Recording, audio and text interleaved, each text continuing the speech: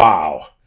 Well, just as I told you last week, the Fed did make a move in between their regular sessions and cut interest rates to basically zero, and they did a bunch of quantitative easing.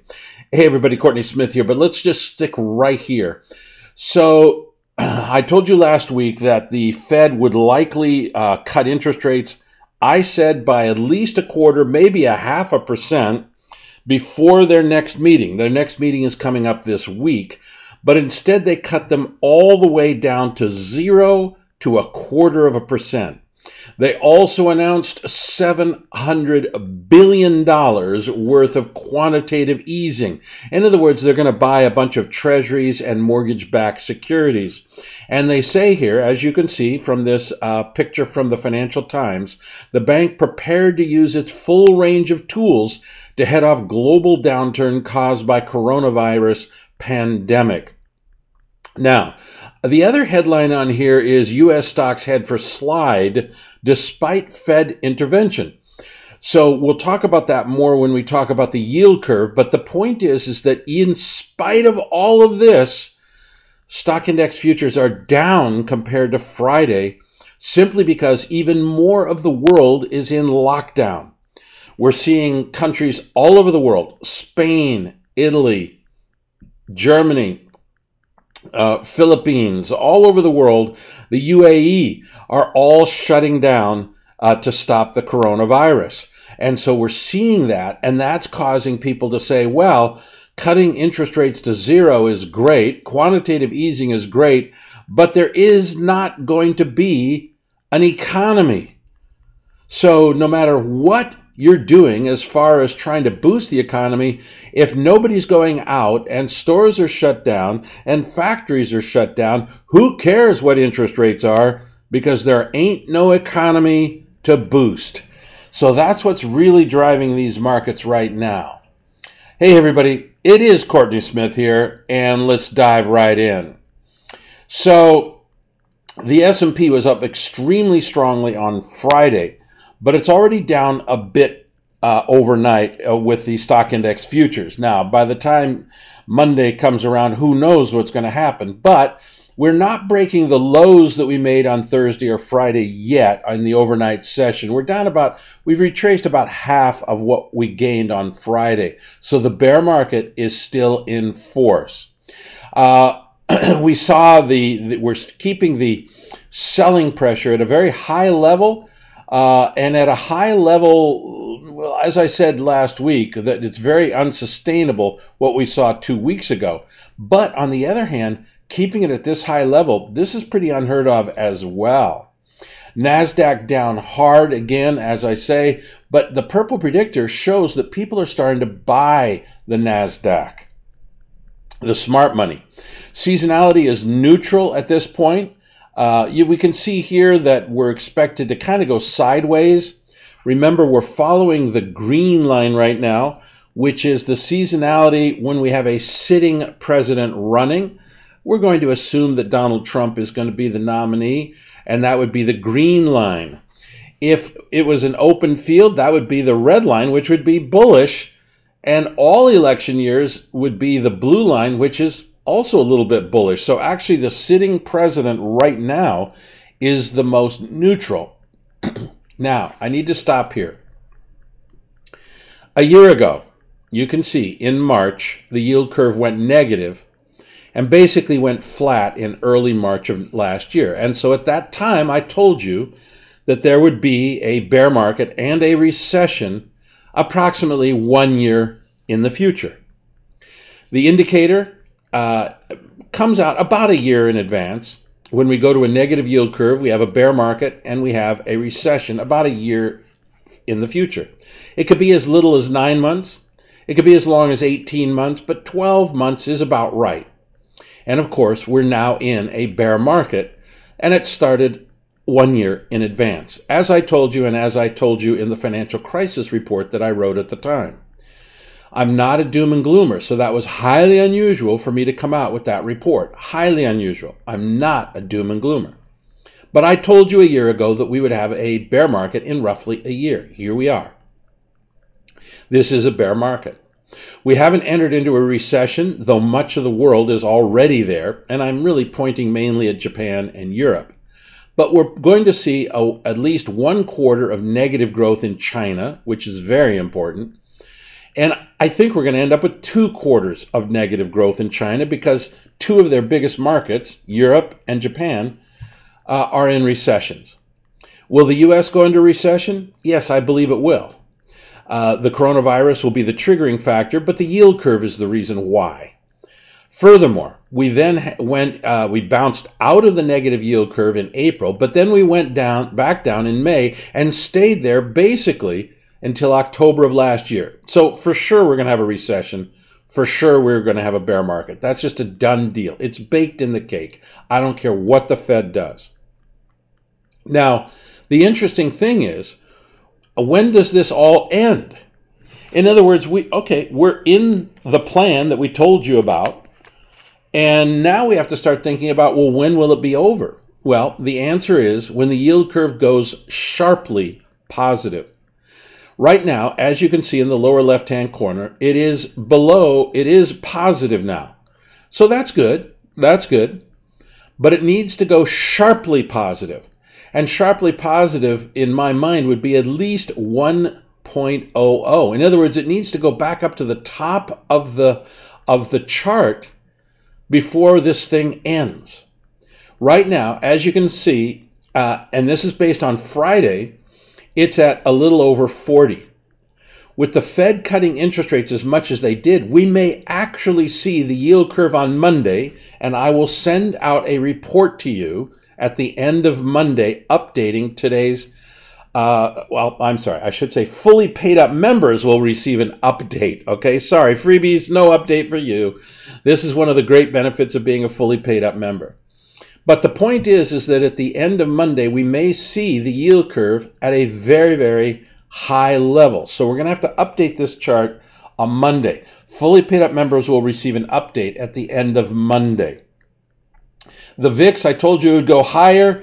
It's not going to go higher anymore. That's it. We should see this 75 or 80 level as the high of the VIX.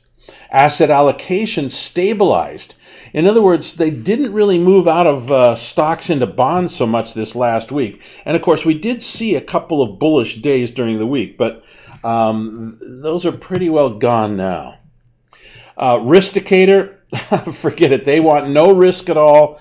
They said, you know what, we changed our minds. Instead of taking a little risk, we want no risk at all. We want $20 bills under our mattress, and our pillow is going to be gold bars. Well, maybe not gold bars. All right, Europe, same situation. Bonds. Now, this is very interesting because the rally seems to be over for bonds, although it'll pick up again today. We talked last week about the potential for a speculative blow-off. If you look back, we had a real big spike up on extremely heavy volume. Now, at the time, I told you I didn't know, but I said I thought it was more likely to be a measuring gap. But I didn't do anything about it. I didn't buy bonds because there was too much uncertainty. The market's now dropped to below the gap that was created on that super heavy volume day. That means that it is a speculative blow-off and that the bonds are not going to go back up again. So we've seen the high in the bond market. Now, I have to say there's a couple of different scenarios. If we go into a deep, deep recession like 2008, okay, the Great Recession, or if we go to a depression, then these bonds are going to go make new highs. But it'll take a while to get to that point. That's one scenario. New highs down the road. Technically, that's not what this chart's saying, but fundamentally, we have to be open to a very, very bad recession, if not depression. Okay, we need to be open to that possibility, in which case bonds will go up again. Bond yields will drop to very, very low levels in a recession, a major recession or depression. So we have to keep our mind open, but at least temporarily, we've seen the highs in the bond market. Our bond key factors, you can see they're going to bounce around a lot today. So it's almost silly to look at these indicators today. We need to look at them at the end of Monday. Fully paid up members. I'm basically going to redo this whole presentation Monday. The dollar has been skyrocketing lately on a flight to quality. And what that's done is there's actually a massive shortage of dollars around the world. So part of what the Fed announced that they were doing was that they were increasing what are called the dollar swap lines. And the dollar swap lines are the lines that are given to foreign banks so that they can make sure that there's no shortage of dollars. That shortage of dollars so far is what's causing this major bull market in the dollar. Look for this bull market in the dollar to continue, but much, much weaker as the dollar swap lines kick into effect. Now, gold plunged as people sold gold in order to get money to pay for their margin calls in the stock market. So now what's going to happen? I think that the gold is going to sell off a little bit more. But as the whole concept of the quantitative easing comes in, down the road, we're going to see a major bull market in gold. Initially, what happened, go back to 2008 or even previous recessions, and what we saw, or bear markets, and what we saw was the gold would sell off in the early parts of the bear market as people needed cash. Then, when the Fed responded with things like quantitative easing and lowering interest rates, then gold started a bull market while the bear market was going on. So the initial phase is bear stocks, bear gold, but in the middle of the bear market for stocks, gold will turn around and start in a bull market. I looked at the futures market. It's down on the day right now, or it's basically stable. So we haven't started that bull market in gold yet. But with this massive quantitative easing, with the cut to interest rates to zero, we may start to see it happen maybe as early as this week. Right now, I don't have a position. I like having no position. Gold key indicators were all down, as you can see. And yet gold, gold plunged there. But like I say, we'll watch. This is all going to change by the end of Monday. Crude oil is going to be hit today. I looked earlier. It was down a little bit, not too much yet. Bitcoin, on the other hand, plunged. Now, this was interesting to me. As you know, I had no position in Bitcoin. I didn't really like the way the price action was working. I didn't buy it when it broke to new highs.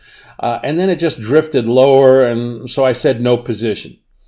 Now, very interesting. So what happened is that Bitcoin, the theory was that it was a safe haven like the dollar or gold is. Well, I think we can say it's not a safe haven. And in fact, it's quite likely that what's happened is it's become enough mainstream and enough people have Bitcoin now that they're actually having to sell Bitcoin in order to make their margin calls on their stock positions. I don't know that because we don't have enough experience with Bitcoin, but that's my preliminary theory. Now, here's the key. The price is now down to 3,900 and change.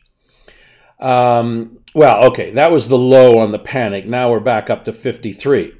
If you remember, in the big bear market in Bitcoin a year or so ago, I said we get down to 4,000. We got down to 4,000. Why did I pick 4,000? Because that's what it costs to mine a Bitcoin. Now I'm going to go try to update that information now, but it was 4,000. It's probably about 4,000 now. So what happens is that when things get below 4,000, you can't make money mining. If you can't make money mining, then there's no new supply. So we have to go below 4,000. We have to stay there for a while in order to choke off any new supply of Bitcoin. And then maybe it can start to rally. But for now, it's clearly a bear market. All right, that's what I got for you. You really need to be getting our bear market course. The bear market is clearly here. Send a quick email to support@wealthbuilderllc.com. Freebies. You have to have this. You have to have this, okay? It's too important to not own this course.